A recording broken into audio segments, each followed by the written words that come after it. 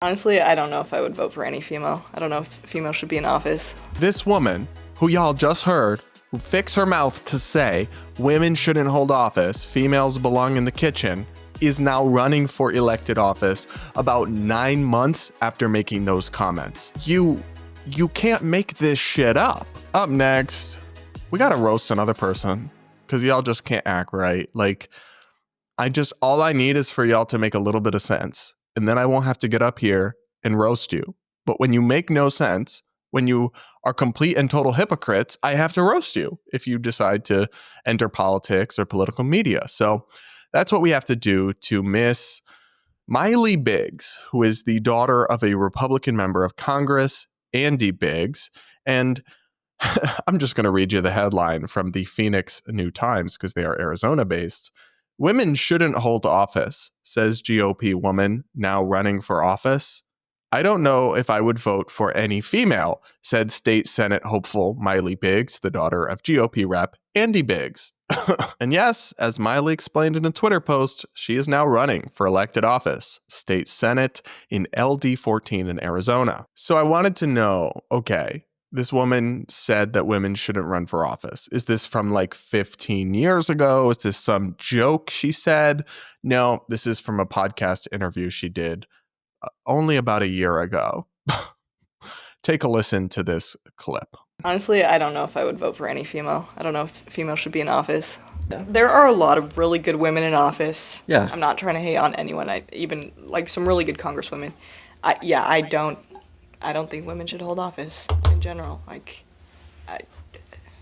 It's a man's position. Yeah. That's my stance. I think women should, run the home. See, that's a really uncommon stance, like in general, especially nowadays. So what kind of fuels that? Just kind of seeing it firsthand, or just growing up, your belief system? What kind of fuels that thought process? A little bit of both, because it is kind of a hot take even amongst the conservatives. Like a lot of my own, circle don't agree with that necessarily. Like women should be wherever they want, but like, I don't know. It's just modern feminism has like transformed incredibly in the past few years, starting with women's right to vote, and went rampant from there. And like, there's so many videos on even TikTok where so many girls are waking up and are like, whoever fought for my right to work, like, I hate them. Yeah. Because so relatable. Because like right now I'm in a 9-to-5 and it's a really good situation. My 9-to-5 is probably the best I could ask for. Yeah. But like, I hate a 9-to-5 schedule. Like, I get home and I'm like, I don't want to do anything else. Like, women aren't built for this. Yeah. Like, put me back in the kitchen, bro. Yeah, no, literally. Like, I just want to be a wife. I just want to be a mom. Like, that's what I want to do. And I think a lot of other women are waking up to that too. They're like, I don't want a 9-to-5. I want to be a wife. I want to be a mom. Like, all the feminism leaving their bodies once they have to, do a 9-to-5. Right. And like, I totally agree with that. And I think that applies to politics too. Like, women are supposed to be the nurturers and, take care of the home, be mothers. And right. Like, if you're out in Congress or out doing something else, like, what are your kids doing? Or like, are you, Yeah. And like, that's really what, I'm not trying to be sexist in any way. I truly believe that that's what women are really good at. That's where they that's where they shine, is at home. I'm actually going to crash out. I'm going to crash out. This woman, who y'all just heard, fix her mouth to say women shouldn't hold office, females belong in the kitchen, is now running for elected office about 9 months after making those comments. You can't make this shit up.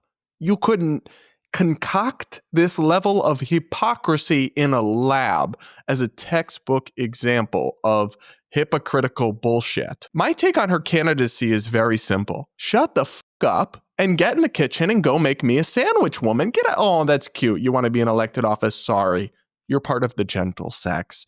You need to go put on an apron, get in the kitchen, bake me some sourdough bread, actually. That'd be nice. So then when the men are done working and doing the important business, you can serve us our coffee and our lunch. And you can speak when spoken to, Mylie. No more podcast interviews, actually. Men should be talking about these things. Like, oh my gosh. Obviously, I don't believe any of this. I believe in equality. I think women should decide for themselves what they want to do with their lives. And for many women, that will mean being homemakers and mothers, and that is wonderful and that is beautiful. And for some women, that will mean not having kids, or it may mean having kids, but also pursuing a career or running for Congress once your kids are older. Like the flattening and totality and totalization of this, you either have kids or you're are a good mother or you have a career, is not necessarily accurate to me. It can definitely be difficult to juggle both, but people can and do. And many of the same points could be absolutely raised about men, but no one seems to, right? Like, oh, you're in Congress and you're in your 30s and you have kids. Well, who's raising your kids, sir? Now, of course, in reality, many of them are able to juggle and have decent work-life balance and see their kids and still be good dads.